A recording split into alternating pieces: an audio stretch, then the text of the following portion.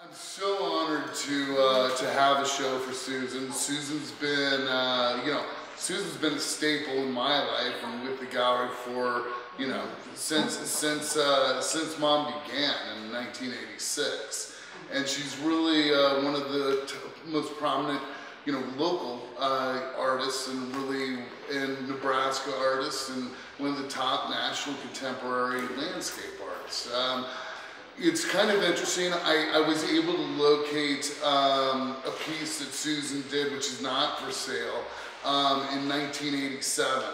And if you have a chance, you should check it out because it's really interesting to see the development in style and sort of the transition in Susan's artwork over, 20, 30 years.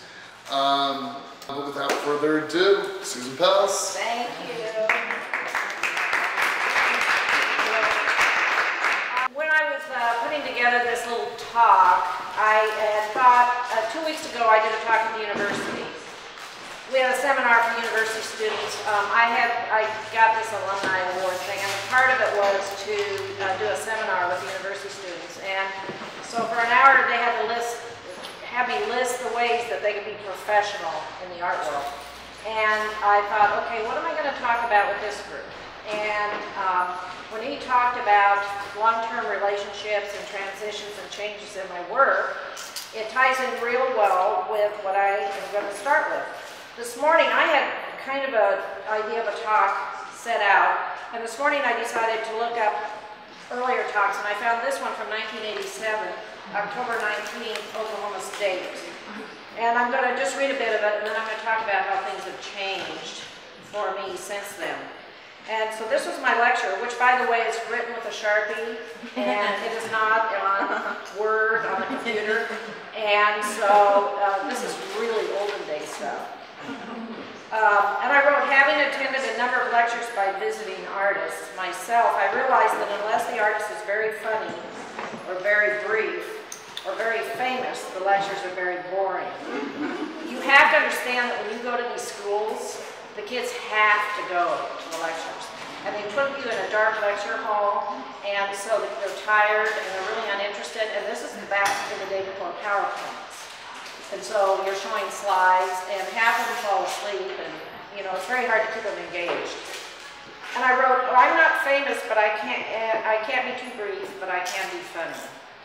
I recently sat on a panel that analyzed art in the Midwest after an hour and a half of discussing New York influences, Midwest isolation, and art criticism. I wondered why we artists take ourselves so seriously. And I went on to say I'd paint because I have to, and that I don't like to intellectualize the process. I've kind of learned not to make these kinds of statements because they put them in print.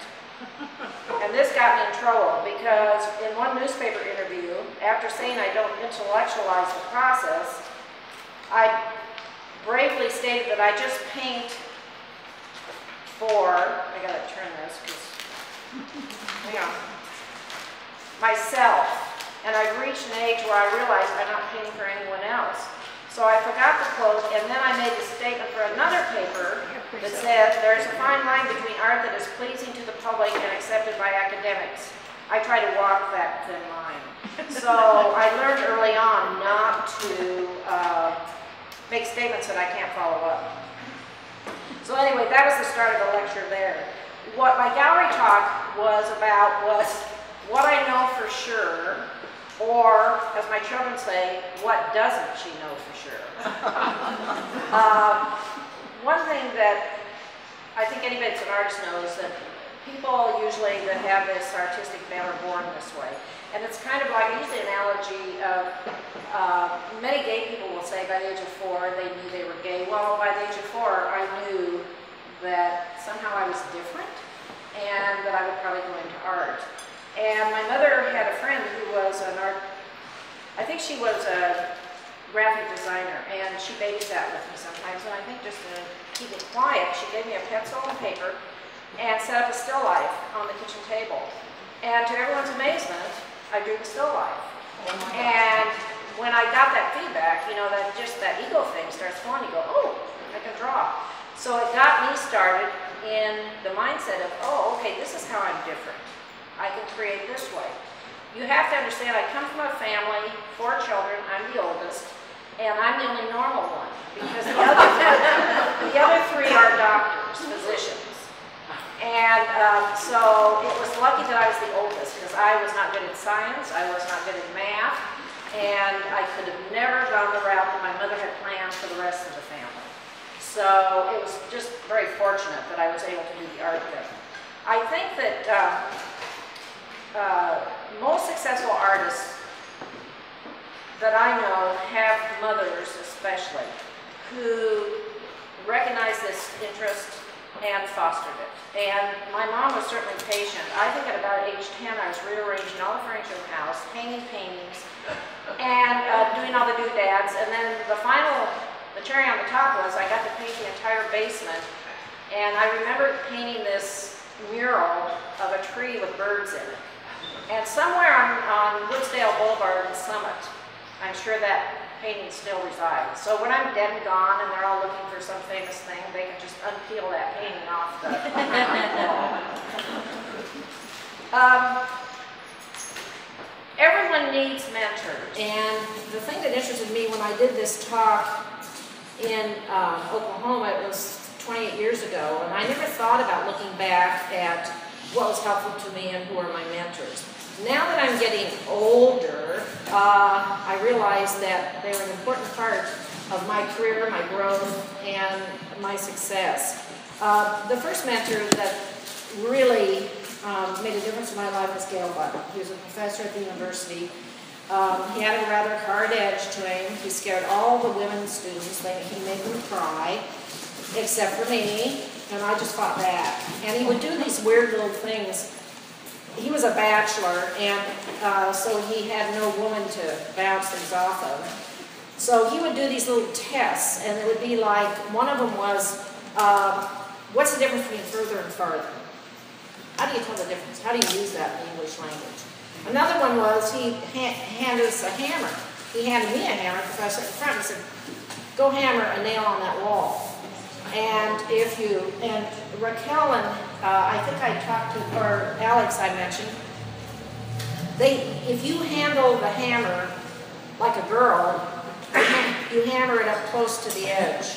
If you hammer like a guy, you hold it back toward the end of it. I lucked out. My dad, I was his first boy, and he taught me how to hammer, so I passed that test. So after that, I took a number of classes from him, and he became my mentor, and he taught me watercolor. So he was the start of all this. And I wished I could have brought down my studio, because I work on tables that are like 5 feet by 10, and I work with Texas size tins, and I have 60, I don't know how many tins I have, but I have 60 holes, and I put a clean color of watercolor in each hole every time I paint. And I dip my brush in 2 to 3 colors, and then I start painting. And the thing is, I use giant brushes on these giant paintings. You have to, or else they just get little teeny, they become little teeny busy paintings. And so anyway, I lost my place. He was very important to teaching me how to paint, and also he was very important to teaching me how to critique my work. Every artist needs someone who will come in and say, this isn't working. And unfortunately, when people get out of grad school, I have found that a lot of them don't have someone to say, this isn't working. And Gail used to come to my studio after he retired and say, this isn't working. And so he was extremely important. I wanted to, when I got my BFA, I wanted to go on and either go to law school or be an artist. And I was going to take the LSAT, and my mom called and she said, you can't do this. You know, you worked your whole life on art, you've got to stick with that. Besides, you're dyslexic, you can't read very well. Well, that hadn't occurred to me. And so anyway, I applied for the MFA program at the University of Nebraska, and no woman had ever been accepted who had gotten her BFA there. And he got my corner, and he pushed for me to get in the program, and I got in the MFA program, so I'm the first woman that has ever been able to do that. The kind of cool thing at that time was there were no women professors. And so this was in 1984. and it was pretty much all men. And so I was put on committees as a grad student that hired people. I hired Martha Horvath. I don't know if you know her as an artist, but I was on the committee that hired her. I went to all the faculty meetings, and I actually had, it taught me a lot about the workings of the university and how much I was going to fit in, because I was just very comfortable in this space. So anyway, he's extremely important to me. The other two people, you need patrons. You need people who are going to support you financially. And unfortunately, my husband had to go to work and could only do so much because he was a teacher. And so you have to be able to have someone that's going to buy your work so that you can do more work. And I had two of them. The first one was Fran Fanders. And he used to come in to Haymarket Art Gallery. We started a lot of artists there. And he would buy tons of my work. And it was, at that time, quite reasonable. And so he would buy a lot of it, and then he would reframe it at the frame shop next door. Now, I love the fact he was buying my work, but when you saw a painting with a purple mat and a yellow frame on a red painting, it kind of ruined it for me. But, you know, once it's out of your hands, there's nothing you can do. But he was a great support system. The other one was Cliff Hillegas. And you all remember, I don't know if you know Cliff Hillegas, Cliff Notes and all this. And Cliff bought a number of my paintings, and Vivian might have sold them to him, I think. And he was another great support system. And an interesting story to me was he put all the money into the Museum of Nebraska Art, or donated a lot of money, and they had a black tie affair. I don't know if Vivian was there at the time, attended it. But anyway, a lot of us got invited, and they had enlisted a lot of kids from Kearney State to be valets and servers and all this stuff. And somebody got the word around that Cliff was there. And we walked out behind him when he went to his car, and we walked out, and there were all these kids in their black and white lined up applauding him. Somebody told him he was the one that started Cliff's Notes. They were, and he was so touched, and I actually think he was more touched than all the hoopla that came from him putting the money into that building. But anyway, he was a very important person to me. Another very important person to me is sitting right here. Her name is Vivian Kiechel. She's rolling her eyes. Vivian, I don't know if everyone knows, has a PhD in art history. And she finished that and needed another project, and I was it. So she came to my house, and she asked me if she could sell my work, and I said sure. And it turned out that she was a very valuable asset in getting me started, because she sold about one major painting a week, or a month, for a very long time. She got me into shows. I got a solo show at the Museum of Nebraska Art that she totally set up. She got me to a show in Connecticut with Wolf Kahn, somehow had some connection. And so she was very valuable to me to get kind of a boost on my career. The other thing is, I've always said that every artist needs a wife. And unfortunately, I don't have one. And so I had to hire someone, and I had someone named Judy Wilson was her name, and she did a lot of work for me. And she developed a filing system. She'd take my slides, she hauled the work for me, and she worked for me for 10 years. The thing that's kind of interesting is when I started working with her, she goes, you know what, you cannot name your paintings Horizon 1, 2, 3, 4, 5, like Anne Burkholder. And I've told Anne this, so this isn't talking behind her back. And she said, we've got to come up with a lot more creative names. So for a long time, Judy named my paintings. And that was just great, because I'm dyslexic, and I'm not really a wordsmith, and, you know, this was great. But one time, I decided I was going to do it, and it was a very bad time to do it. I had these prints that were going to the law college. They picked out a print, and then they were having prints made from it. And the painting hadn't been titled, and I named it Nebraska Quietum.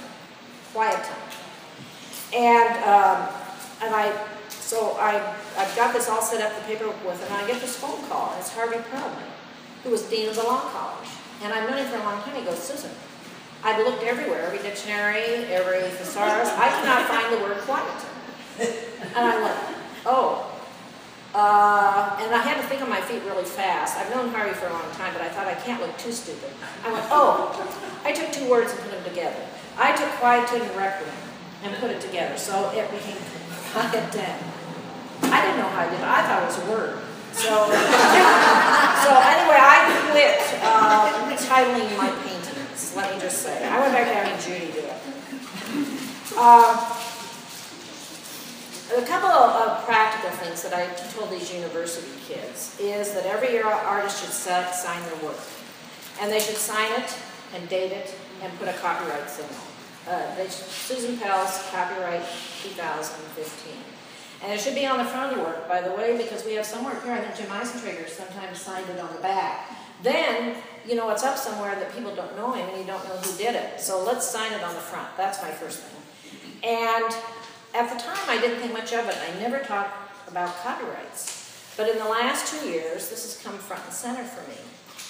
Sheldon Art Gallery, one of my paintings went in the 50 years, 50 show, 50 years, what was that? 50 paintings, 50 years. Oh, 50 paintings, oh, there you go. So appropriate. Close to that. You're close to that. 50 paintings, 50 years. And they hadn't asked me to sign off on the reproduction and the copyright. And they put this catalog, it's going to be there forever.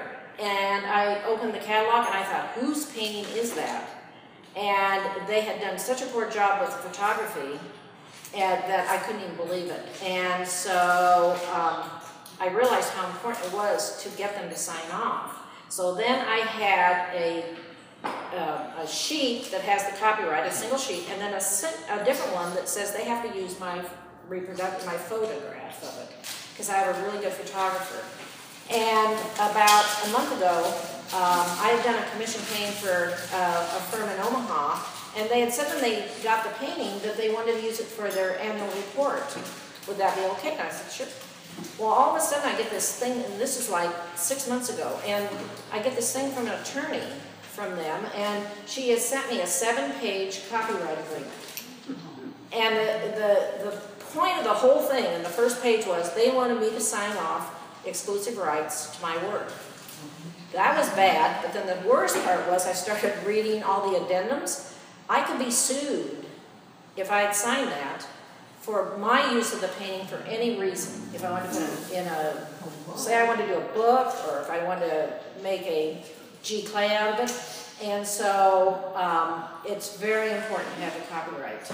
And it's very important, I think, for all artists. And I think that's something a lot of people don't realize. And you don't have to send it in. You just, if you look at all my paintings, by the way, I'm left-handed, and so they're on the lower left.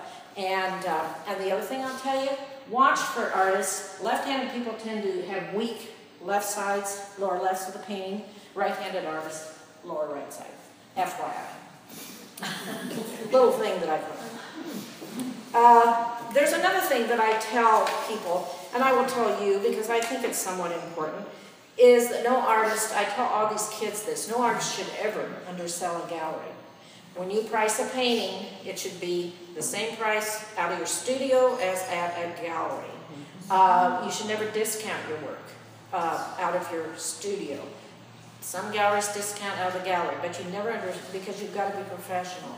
And why would they carry your work if you're going behind the scenes and selling, you know, cheaper, for less, cheap. Jeff and I were on a Medici board, and I got in trouble for using the word cheap art, but it's true. People are always looking for a deal. The other thing, I don't know if you all know this, but any gallery you work with takes 50% of the price of the painting. And people will go, oh, 50%, that's terrible. They do a lot of work. First of all, they have to maintain a building like this. Second of all, they do all the publicity. And they do all the running around. And they do all the traveling. And if you want to get stuck in Lincoln, Nebraska, you don't play by the rules of having the gallery represent you. The way that my work has made it to the East and West Coast, and I've even got some people that bought work in Europe, is because the people that own galleries have promoted it. And this is the only way to get people, they go online and look for it and stuff, so it's very important that they have their 50%. And it's just part of the game, you know, it's just part of what you have to do. One thing I will mention right now is that it's a man's world still in the art world. And the story that I remember, this was about 20 years ago, I was beating the pavement, maybe 30 years ago, to try to get a gallery in Chicago. And so I would go in a couple times a year, and I would bring, I didn't bring work, but I brought the materials and get a gallery.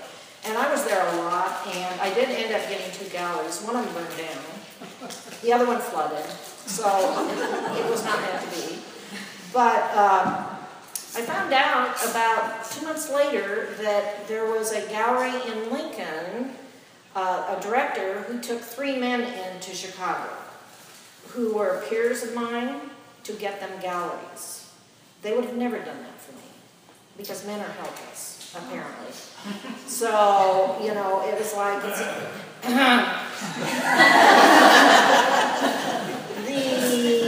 4 men that we had here. Yeah, 4 helpless males.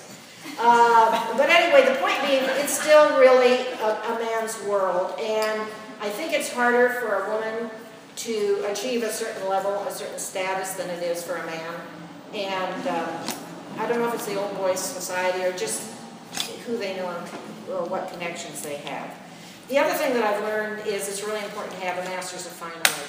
And the art world is, to get to a certain level, it's pretty academic. And I found that having an MFA opened a lot of doors for me. And the artists that don't have it get to a certain level, and it's very hard to get beyond that. It's just weird when you send in things for like a project or a show or something, and you have to send in your resume. That just is something they always look at, and it creates some problems for some other artists. The other thing I know is unframed art does not sell. Art in bins does not sell. Therefore, my art will never be in bins at the Kiechel Gallery. Giclées are what they like to put in bins, and I've just learned it will never sell. I think for this year, it's been a real pivotal year for me because I had no sympathy from the Kiechel gallery people about doing the show, having a show that opened mid-April. I kept saying, let's do it in September. Well, you signed on 2 years ago to do it in April. And so I would get an email from Alex or Raquel and everything, they'd sign, keep painting. Keep painting.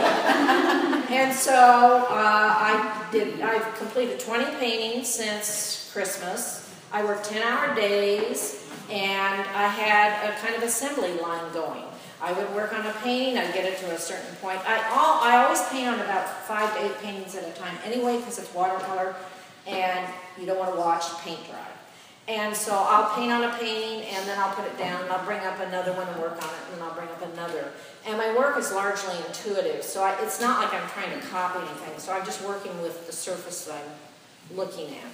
So what I would do is I'd finish a painting, kind of, and then I would take it to Warren Craddock, my framer, and because these are on, this is on paper, some of them are on a board, which is basically mat board, a Bainbridge mat, not a rag mat board. But the ones on paper, he has to really flatten because they become like this because they have a lot of water on them. And so what he does is he puts them upside down, he sprays them, he puts a piece of glass on them and weights them. So I would paint them, take it in to do that, then he would send them back to me to look at for a while and to put the final pastel on.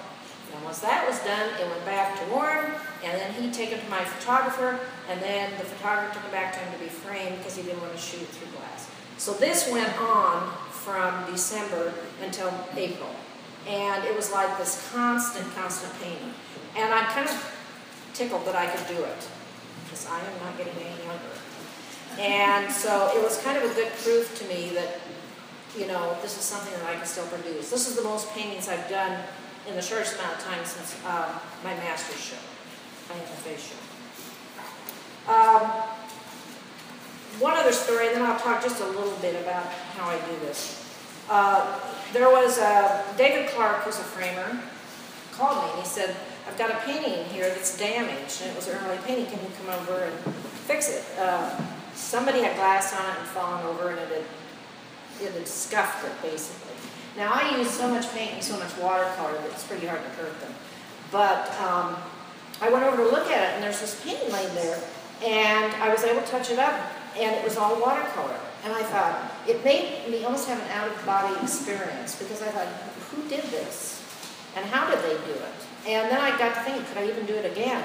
It was a beautiful painting with really intense colors, but it was before I started using pastels, which I'll talk about in a minute. What happened is in my early work, the only way I could get the luminosity in the paintings and this is rich color was to use cobalt violet, cobalt blue, manganese blue, and because most of the colors are more earth-based. And all my paintings then became kind of the same color palette. I couldn't get the richness that I needed. And so that's when I started working with pastel back into them. And so it was a really good lesson because I hadn't remembered, you know, why that had all happened. So a little bit about my work. What I do is, actually, when I am going to do a show, which could drive gallery people crazy, is I get a layout of the space. And I knew this space intimately, but I didn't know the proportions. And it was like, she sent me the wall measurements, and I went, oh my God, you know, this is a lot of paintings. And, but what I did is, about halfway through the paintings, I drew out how I wanted them placed. And it makes a big difference because if you don't do it this way, sometimes the work looks busy, or sometimes you have too much of the same color on one side of the wall. And so when I did this, then I realized what I needed to paint at the end. And so these pieces, which are by the way named coalescence, nice name, it means kind of a gathering, and so they're all coalescence 1, 2, 3, 4, 5. They were 8. These were all painted with the idea of having a grouping on this wall. Those two large pieces, the one with the yellow water, that's Contemplations, and the Niobrara River, were the last two paintings I painted because I realized I didn't have anything that could hold up these two big walls. And so I actually, and those are painted on mat board, and so I actually painted that with this in mind, to hold up the spaces. One thing, it's really hard when you're an intuitive painter, which I am, to have anything predictable, because nothing is going to come out the same. When I do one painting, it may be a different thought process in my mind than when I do another. But what I do is I start two ways. Either I'll take a piece of paper and or a mat board and tint it, like a pale yellow, pale pink, a light blue, or I will just begin painting with watercolor. It just is, I'll start one of two ways. And no matter what, watercolor is the first thing that I put on there. And I work with very large brushes, and I have these big holes in my muffin tins, and I'll dip my brush in 2 or 3 or 4 colors, and then just start working in. And I tend to work pretty horizontally because I'm actually doing landscapes, and that are horizontal mostly. And so I'll do several layers of watercolor, one over the other, until all the white is pretty much gone off the paper. And then I'll come in and I'll start drawing. Now, I wished I had thought to bring some of the photographs that I paint from, because they're pathetic.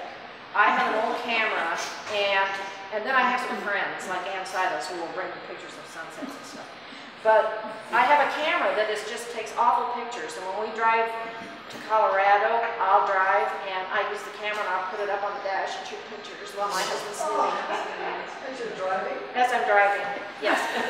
And so I've got a lot of pictures from here to Colorado. I did a whole series of the Beet Factory, because the Beet Factory out of Fort Morgan has the most fabulous smoke coming out. And when my husband figured that every time he slept I took pictures, he now stays awake. But anyway, I work from usually just a small photograph. And once I get the composition from it, I put it away. And then I start, there must be something in the back of my mind where I have a finished product, like a printmaker almost, and what they want to come up with. Because my process is almost like a printmaker. So I'll start by just usually drawing in with pastel or pencil. And then I'll put some watercolor on. And then I'll start drawing more seriously in the shapes with pastel. And so this process of watercolor pastel continues until, in my mind, they're done. And usually you'll see on these pieces have, this one has more pastel than others. This paper is really hard to work on. And it was a new roll of paper. I buy rolls so I can do big ones. And I had to come back with a lot of pastel in order to make it work. Some of the others that are on the board are much easier to paint. But anyway, my final thing that I do is in pastel. It kind of brings the focus in. So I go from very broad to very narrow. And the last thing I want to say is I think, in looking back, I'm very fortunate to be born in this time, to have a mom who really supported me and pushed me, and a dad who went along for the ride, and a husband who supported me, who allowed me to do this instead of go out and get a job, and children who have put up with me with this whole process. My daughter sent an email out with the article from the Lincoln Journal to everyone she could think of. She is 50 years old. She's a chief marketing officer of a big company. She sends an email out and says, well, read this article. My mom, who knew at 70 plus, she could still do it. And then she finishes